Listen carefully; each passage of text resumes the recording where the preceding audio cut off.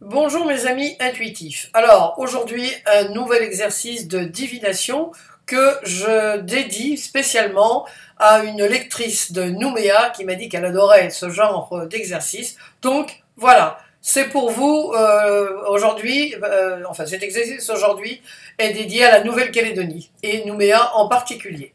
Alors aujourd'hui ce sont des objets. Donc le principe est toujours le même.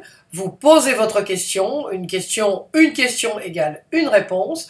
Ensuite, vous vous dites que le chiffre que vous allez choisir va répondre à votre question et intuitivement et spontanément, vous choisissez un chiffre entre 1 et 12. Ensuite, vous regardez la vidéo et tout ce que je vais dire en fonction du chiffre que vous avez connu, enfin que vous avez choisi, le 1, le 2, etc., etc., ça va répondre à votre question. Alors, c'est parti. Alors, la question, l'image numéro 1, l'objet numéro 1, c'est une montre de Gousset, très bel objet. Je trouve seulement que comment dire, la chaîne est un peu grossière parce que la montre est assez précieuse. Et bon, peut-être c'était aussi, ils ont fait une chaîne comme ça un peu lourde, parce que, un peu grosse, un peu lourde, parce que, je sais pas, peut-être que c'était plus solide, quelqu'un voulait quelque chose de solide, donc il y a un antagonisme entre la beauté, la préciosité de cette montre de Gousset, et puis la chaîne bon, avec laquelle on va l'attacher, les hommes attachaient ensuite à leur pantalon, ou je sais pas comment, enfin bon, on l'attachait à quelque chose. C'est une montre très précieuse, ancienne, très belle, comment dire, pardon, qui vraiment, voilà, on voit qu'elle est ancienne, mais elle a de la valeur. Moi, ce qui me choque un peu, c'est voilà, c'est cette chaîne qui fait un peu tocarde, ça fait un peu toc, quoi, voilà. Alors que le reste est vraiment très beau, et ça, moi, ce que je sens, c'est que vraiment, si j'étais un homme, j'aimerais porter ce genre comment dire, de montre, mais je changerais comment dire, parce que là, il y a une espèce de, comment dire, une pince, donc un petit crochet là, donc moi je changerais, j'achèterais la montre, mais je changerais comment dire, la chaîne. La chaîne ne va pas avec, enfin pour moi, ne va pas du tout avec comment ça s'appelle, avec le reste de la montre. Alors là, je regarde pour ne pas passer trop de temps sur chaque image. Que dire d'autre? Bien, on voit que elle est ancienne, elle a été estimée parce que elle a encore très bien conservé, relativement bien conservé. Donc, elle a dû connaître des déboires quand même, hein, parce que on voit qu'il y a quelques petites choses là, qui sont un peu abîmées. Mais bon, pour être une montre ancienne, elle est relativement bien conservée. Voilà. Donc nous passons à l'image numéro 2. Alors là, en réalité, il y a deux objets. Il y a un verre avec une bouteille très bien décorée avec une grappe de raisin. Alors bon, ça m'a fait glouglou. Moi j'ai pensé à glouglou. Bon, je sais pas pourquoi glouglou, mais c'est un verre de vin blanc. Le verre est très simple, mais après tout, on a le sentiment que la bouteille qui est elle-même enrichie avec cette grappe de raisin, c'est très esthétique. Très esthétique et puis très agréable à voir. Bon, la bouteille est noire, donc un peu austère, et vraiment là il y a quelqu'un qui a pensé à joindre, enfin à mettre dessus cette grappe de raisin, ce qui fait que maintenant bon, la bouteille et tout en étant austère, sobre, ça lui donne un air vraiment très créatif, très agréable, et puis on comprend, bon ben voilà, que c'est cette grappe de raisin qui a donné ce vin. Donc c'est ça va bien ensemble, ça se marie bien évidemment, mais on comprend tout de suite que voilà, c'est un vin qui n'a pas besoin d'étiquette, hein, parce qu'il n'y a pas d'étiquette. On a caché l'étiquette d'ailleurs, on a caché l'étiquette avec cette grappe de raisin. pour dire bon bah voilà, vous ne saurez pas le prix, mais c'est un vin qui est de qualité. Mais le fait qu'on l'ait caché l'étiquette veut dire que voilà, ne vous accordez pas parce que parfois on pourrait dire oh là là c'est un Pétrus ou c'est un Mouton Cadet ou c'est un ci ou c'est un ça, enfin ces grands vins connus ou un Mouton Rothschild, vous voyez. Donc là non, on est dans la sobriété, c'est du bon vin, vous goûtez le vin, et voilà, c'est terminé, ne vous attachez pas à l'extérieur, les étiquettes, bon, c'est pour être vendu aussi, c'est le marketing, c'est le packaging, comme on dit aujourd'hui. Donc voilà, sobriété, vous avez du vin, vous le goûtez, c'est un bon vin, mais ne vous attardez pas, ne vous attendez pas à ce qu'on mette une étiquette époustouflante, parce que on met le focus, on va dire, on se focalise sur la qualité du vin, sur la qualité, et pas sur l'extérieur et sur, voilà, sur le paraître finalement. Nous passons à la numéro 3. Alors là, bon, bah ça tombe bien, là c'est le verre de tout à l'heure, si ça se trouve qui s'est cassé, mais là, c'est un verre assez épais, moi je dirais que c'est plutôt un vase. Alors c'est pas le vase de Soissons, hein, bien sûr, pauvre Clovis, mais je veux dire c'était du verre, on voit que c'était du verre qui était assez épais, donc c'est quelqu'un qui a cassé un vase et qui s'est cassé en 1000 morceaux. Bon, le choc a quand même dû être violent parce que il reste pas grand chose, hein. Alors effectivement, il faut faire très attention quand on ramassera tous ces morceaux parce que on voit que c'est vraiment très très pointu, il y en a partout. Donc il faudra avoir beaucoup de soin pour le ramasser. C'est un peu dommage quand même que moi j'ai le sentiment que c'était un très très beau vase et que sur un coup de colère quelqu'un a cassé ce vase et peut-être ont-ils regretté parce que effectivement c'était un beau vase, mais enfin, une fois que c'est cassé, c'est cassé. Il n'y a pas de possibilité que ça se recolle, hein. Il est vraiment cassé en 1000 morceaux et là il faut faire très très attention là en ramassant les morceaux. On ramasse les morceaux mais avec beaucoup de précaution et c'est dangereux, hein. Il faudrait mieux prendre une balayette et puis ouf, mettre tout à la poubelle. Alors on passe à la numéro 4. Alors là c'est une série de tiroirs, hein, de tiroirs. Alors c'est on dirait une grande armoire, une armoire qui est faite de tout un tas de petits tiroirs. Alors c'est assez, moi je sais plus dans quelle partie de métier on voyait ça de mon temps, enfin de mon temps, oui ça fait un peu guerre de 14-18, mais alors je sais pas si c'était des papiers, mais là il y a beaucoup de choses, on peut répertorier les choses dans des compartiments. Il y a différentes tailles comment dire, d'objets qu'on peut mettre dans cette armoire et dans ces tiroirs. Il y a plusieurs objets, il y a plusieurs couleurs. C'est agréable. Il y a des poignets qui sont pas, il y a des poignets avec des boutons, d'autres avec d'autres choses. Donc c'est une armoire qui est assez attrayante et puis qui par les poignets permettra aussi de voir tout de suite à quelqu'un qui est bien sûr au courant de pouvoir ranger les choses. Donc on range les choses, on les répertorie, on les range. Elles sont à l'abri aussi, hein, elles sont mises à l'abri. C'est un objet qui est agréable, qu'on peut avoir dans un atelier et tout, qui peuvent servir à des artistes. Oui, il est agréable.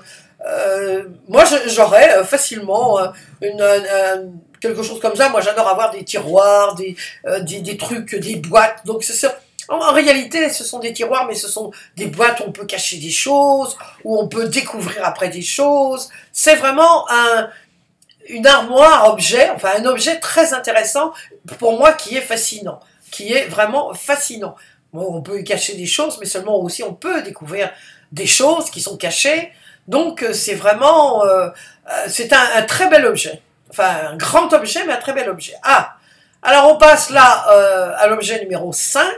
C'est un attrape-rêve, hein. Ce sont les Amérindiens qui font ça et moi j'en ai acheté un chez une indienne quand je suis allée la deuxième fois au Canada. Et je l'ai suspendu au-dessus de mon lit. Bon, je sais pas si vraiment ça me permet de rêver davantage, parce que moi je dis que je suis une usine à rêves, donc je rêve énormément, et je leur accorde beaucoup d'importance. Mais ceci, c'est un objet bleu, très joli, qui attire, la couleur, l'objet, même si les personnes ne s'attachent pas à ce que ça, enfin, à son utilité, on va dire, pour attraper les rêves, ou ce qui est censé attraper les rêves, je dis que c'est un très bel objet qu'on peut avoir chez soi, qui est beau, il est bien fait, il est fin, ciselé, agréable à regarder, c'est une très jolie couleur, une couleur aussi qui n'est pas commune.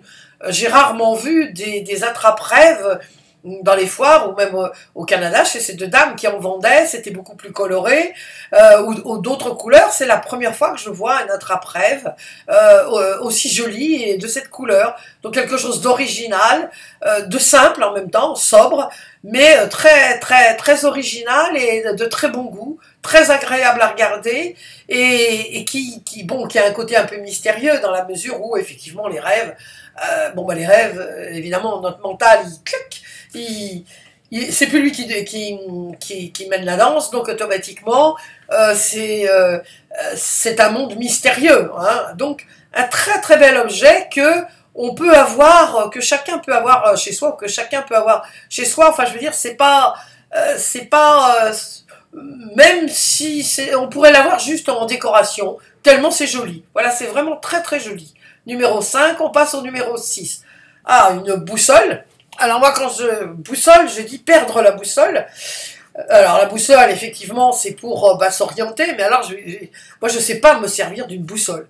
Alors peut-être que c'est parce que je perds la boussole, je sais pas, mais j'ai une boussole chez moi et j'adorerais me servir d'une boussole. Alors je suis sûrement un peu bébête, mais je ne sais pas me servir de cette boussole. Mais là, c'est un très bel objet. C'est bien pour ceux qui savent s'en servir. Donc je dirais, voilà, c'est un objet aussi qui est un peu archaïque. Enfin, même si moi, ma boussole, j'ai une boussole aussi sur mon... enfin, je pense que tout le monde, c'est pas que moi, mais tout le monde a une boussole sur son portable. Là, c'est donc une boussole à l'ancienne. Une très belle boussole, franchement. Moi, ce qui m'ennuie, c'est que effectivement, je ne sais pas me servir d'une boussole. Alors, cet objet, il est utile. Est-ce vraiment utile? Enfin, je pense que si je partais à l'aventure quelque part et que justement je me perdais, je serais bien contente d'avoir la boussole. Mais perdre la boussole, quand on perd la boussole, c'est pas drôle, parce que on sait plus trop où on en est. On hésite, et comme si la personne est comme moi, elle saura pas se diriger. Donc vaudrait mieux avoir autre chose, ou bien étudier comment on se sert d'une boussole avant de se lancer dans une aventure, ou de se lancer dans une forêt en essayant vous savez, de survivre. Là, il y a beaucoup de stages qu'on fait maintenant pour survivre et tout. L'important serait avant de bien étudier comment on se sert d'une boussole, et pas faire comme moi et pas pouvoir s'en servir. Donc un objet utile à partir du moment où on sait s'en servir. Mais effectivement, dans le temps, c'est ce qui a permis de découvrir des choses, enfin des continents et tout ça. Les anciens navigateurs, eux, étaient bien contents d'avoir une boussole. Alors, nous passons à la numéro 7. C'est une très jolie clé, une clé ancienne qui est comment dire, travaillée. C'est une belle clé. Il y a du travail, hein, voilà, elle a été travaillée. Ça doit, on dirait une clé un peu, vous savez, comme dans les anciens, dans les châteaux et tout ça. Alors moi j'aime bien les clés parce que là encore c'est assez mystérieux. Ça ouvre quoi? On va ouvrir quoi avec cette clé? C'est un champ de possibilités. Il faut trouver bien sûr la serrure. Il faut trouver la serrure pour laquelle elle a été faite. Mais c'est peut-être une clé magique finalement, et qui s'adaptera à la serrure. Quoique, c'est peut-être pas évident non plus. Mais ça peut être aussi une clé, vous savez, de décoration. Alors, comme c'est une très belle clé, on pourrait la mettre en tableau, ne pas s'en servir, mais la mettre en tableau et puis la voir chez soi pour la contempler parce que il y a un travail, oui, presque d'orfèvrerie, là, c'est un travail d'orfèvre, voilà, c'est vraiment, c'est une très très jolie clé. C'est un peu dommage, là, que, vous voyez, toute cette partie-là, elle aurait dû peut-être être vieillie artificiellement, il aurait pu la vieillir, oui, parce que ça serait plus joli. Là, c'est un peu ultra moderne et là, ancien. Donc, c'est pas choquant, mais pour moi, je trouve que ça aurait été plus esthétique et plus esthétique, plus joli de la vieillir. Voilà, de la vieillir. Je l'aurais vu un peu cuivrée, vous voyez, justement pour que la patiner, voilà, qu'elle ait une certaine patine, précisément, pour qu'il n'y ait pas ce côté ancien-nouveau qui pour moi est un peu choquant. C'est dommage, c'est un peu dommage. Elle aurait pu être beaucoup plus belle si on l'avait voilà, si on l'avait vieilli. On passe à la numéro 8. Alors numéro 8, voilà, c'est un beau cadeau, dans une très jolie couleur. Alors là, c'est le champ des possibles. Hein. Qu'est-ce qu'il y a dans ce cadeau? Il faut ouvrir le lacet. Donc, qu'est-ce qu'on va découvrir? Qu'est-ce qu'il va y avoir? Moi, j'aime bien ces images de cadeaux, mais parfois on peut être très très déçu par un cadeau. Je me souviens, quelqu'un un jour m'avait offert une énorme boîte. Et puis, dans toutes les boîtes, je pense que tout le monde a connu un jour peut-être ce truc. Et voilà, ça. Alors, il y avait une grande boîte. Après, on trouvait une plus petite boîte. Bon, à la fin, c'était quand même énervant parce que d'une grande boîte, on était arrivé à une petite boîte et dedans, bon, il y avait une bague. Alors, c'était agréable, mais il y avait quand même. La personne l'avait fait dans un but, vous voyez, de me faire plaisir. La découverte, bon, mais moi je suis bélier, donc un peu impulsive, et au bout de 4 boîtes, j'en avais marre vraiment d'ouvrir les boîtes. Je me disais, mais bon sang, qu'est-ce que je vais trouver finalement Donc, j'ai fait contre mauvaise fortune bon cœur, voyez-vous, j'ai fait comme ça, un petit sourire, mais finalement j'en avais ras-le-bol, et quand il y avait une légère déception quand j'ai trouvé comment dire, la bague, hein, qui était une très jolie bague, mais je veux dire, voilà, la personne a voulu me faire plaisir, c'était original aussi comme présentation, c'était rigolo et tout. En réalité, j'ai eu le sentiment que la personne ne me connaissait pas très très bien parce que moi étant vraiment très très pleine d'énergie et très impulsive et peu patiente, ça j'avoue, peu patiente, ça c'est quand même le mal des béliers. Bon, j'en avais ras-le-bol au bout de la 4e boîte. Donc la 5e boîte, c'était la bonne. Mais voilà, alors ce cadeau-là, on ne sait pas trop ce qu'il y a, c'est le mystère. Oui, c'est le mystère. On va voir, il faut ouvrir le paquet. Alors peut-être que la personne qui va l'ouvrir sera plus patiente que moi. Elle défera avec du calme et du temps. Et finalement, voilà, elle découvrira ce qu'il y a. Avec de la patience, voilà, peut-être de la patience, sans déchirer ou en déchirant le papier. On ne sait pas, on ne sait pas. Numéro 9, alors là, c'est l'amour absolu pour moi, le bonheur absolu de voir un livre. Là, en plus, il y en a 4, des livres magnifiques, anciens. La grande passion de ma vie, c'est la lecture. Depuis l'âge que je sais lire, c'est-à-dire depuis l'âge de 7 ans et demi, que je lis couramment, mais vraiment couramment, je me suis plongée dans les livres et je disais quand j'étais petite, si je me réincarne un jour, je serai livre. Donc, pour moi, la lecture, c'est quelque chose de fascinant à chaque fois que j'ouvre un livre, quel qu'il soit, que ce soit policier, de développement personnel, un roman, n'importe quel livre, je me plonge avec ravissement dans ce livre.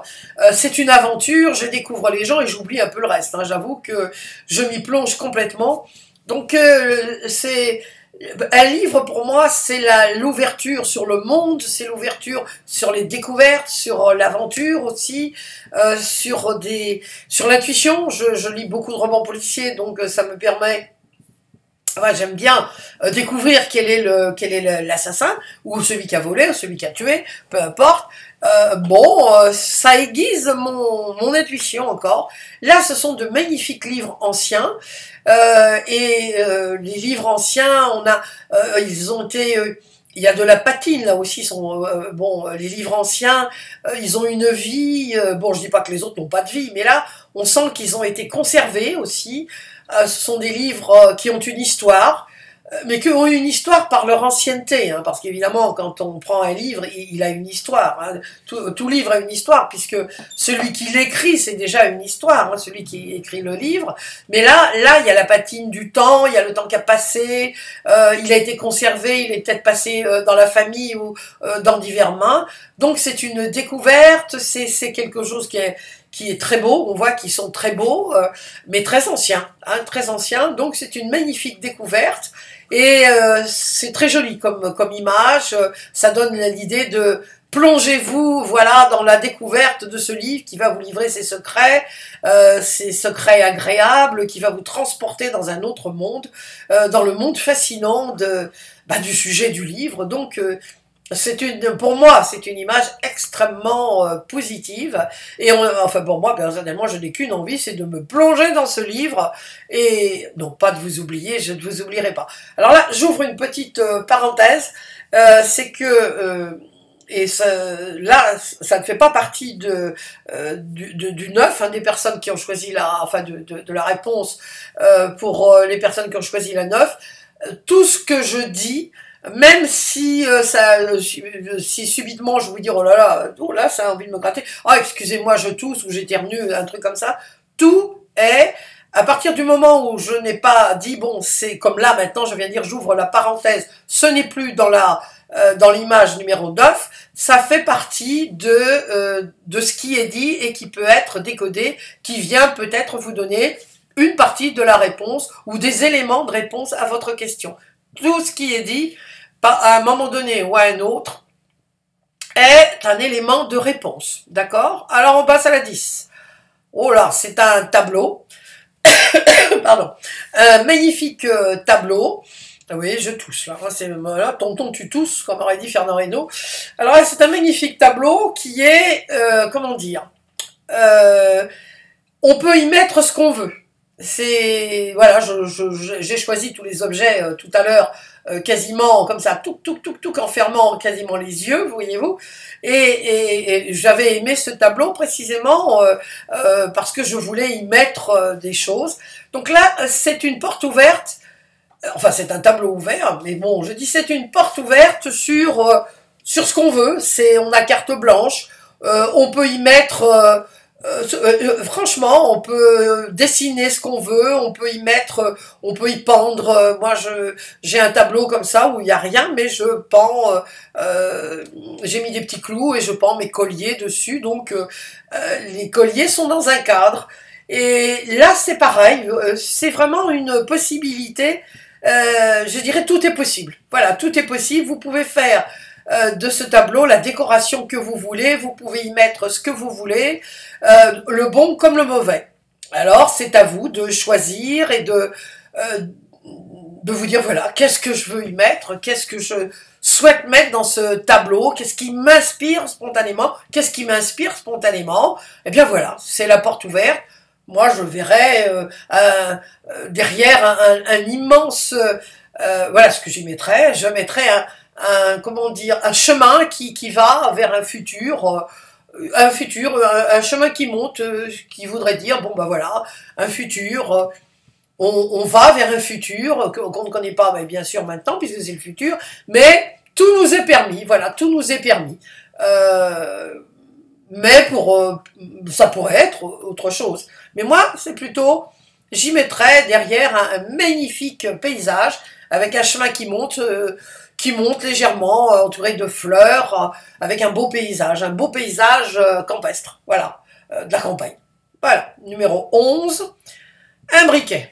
Alors là, le briquet, je le trouve assez froid, ça a un nom, hein, c'est les briquets comme ont les militaires, justement à cause du à cause du vent, je crois que oui c'est ça, ce sont les militaires qui Zaporose, enfin c'est un nom. C'est un nom, il est très, alors là, il est très stylisé, très minimaliste, gris. Bon, moi, c'est une couleur que je n'aime pas trop. Il aurait besoin un peu quand même d'être customisé. Enfin, ou c'est peut-être ça. On peut lui mettre aussi là ce qu'on veut, mais il est pas joyeux. Hein, il est tristounet. Voilà. On va dire qu'il est tristounet. La flamme est bien, c'est sûrement de la très bonne qualité.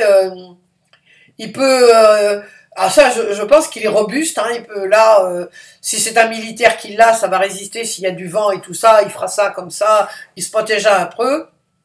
C'est pas une flamme qui va s'éteindre comme ça facilement.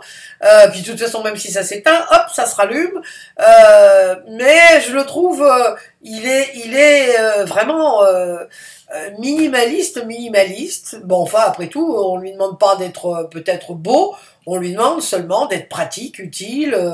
Et la personne qui a acheté ce briquet, bien, elle préfère l'utilitaire à l'esthétique, ça sans aucun doute. Il n'est pas inesthétique, il est un peu froid, voilà, il est un peu froid, gris, glacial, voilà, je dirais, c'est un peu glacial, c'est un peu... enfin, ça donne pas envie, heureusement qu'il y a cette flamme un peu pour réchauffer, bien sûr, puisque c'est un briquet, mais c'est minimaliste et froid. Voilà, il est très froid, très. Enfin, moi personnellement, j'achèterais pas pour moi puisque je ne fume pas, mais si je devais offrir un briquet, j'achèterais un briquet qui soit un peu plus travaillé, un peu plus esthétique, un plus beau. Esthétique, non, c'est pas le mot, un peu plus joli quand même, un plus agréable à regarder. Pour moi, voilà, tout simplement. Nous arrivons à la dernière. Ah, une paire de lunettes. Ah ben, une paire de lunettes. Ça, c'est bien pratique. Donc, une paire de lunettes, bien, ça, c'est une paire de lunettes de vue. Hein, c'est pas une paire de lunettes de soleil. Donc, ces lunettes sont là aussi utiles, hein, comme beaucoup d'objets. Il y a beaucoup d'objets qui sont utiles, mais la personne qui a ces lunettes, je dirais que la personne qui a ces lunettes a voulu quelque chose qui soit simple, mais elle est de bon goût, elle est simple, très, comment dire, là, en revanche, moi je la trouve très esthétique, très simple, mais très esthétique. Alors évidemment, comme ce sont des lunettes de vue, c'est quelqu'un qui voit mal, hein, ça c'est sûr, donc ça aide à voir, ça aide à mieux voir. Alors on ne sait pas si c'est un myope, si c'est quelqu'un qui voit, si c'est une paire de lunettes pour des gens qui voient de loin mais pas de près ou vice versa, ou si c'est carrément des gens... Non, là je pense que c'est plutôt ou pour le loin ou pour le près, parce que les verres ne sont pas épais. Donc c'est une... les gens ont une vue relativement bonne, ou en regardant de loin ou en voyant de près. Donc voilà, mais elle est jolie, elle est simple, mais jolie. Évidemment, c'est utile, hein, c'est quelque chose qui est très utile, mais elle doit pas être très bon marché, hein, parce que la simplicité dans ce genre de choses en lunettes, et ça j'en parle en connaissance de cause, ça n'est pas toujours très bon marché. Donc une paire de lunettes utile, esthétique, qui peut servir pour on ne sait pas trop pour qui, hein, bon, comme j'ai dit, et qui est, moi je la trouve assez bien, assez, voilà, elle est, comment dire, elle est pas bling bling, hein, elle est pas du tout bling bling, elle est, ça serait plutôt des lunettes d'homme, hein, voyez-vous, parce que c'est assez, c'est quelqu'un qui, là aussi, ne s'embarrasse pas de choses inutiles. Ah, voilà, c'est une paire de lunettes, on a besoin d'une paire de lunettes, bon, on achète les lunettes, elle est jolie, mais sans être bling bling, il n'y a pas trop de trucs, voilà, on joint l'utile à l'agréable, voilà. Enfin, il y a quand même de la recherche, hein, parce que vous voyez derrière, c'est marron, donc, oui, une paire de lunettes assez sympathique. Voilà, eh bien écoutez, on termine sur cette paire de lunettes. Je vous montre quand même ces belles photos, ce magnifique hortensia, avec Je sais plus comment ça s'appelle, ça, c'est une grande marguerite, mais c'est pas, ça s'appelle, ça a un autre nom. Bon, on va dire une grande marguerite, que j'adore. Et je vous souhaite une excellente divination avec tout ça.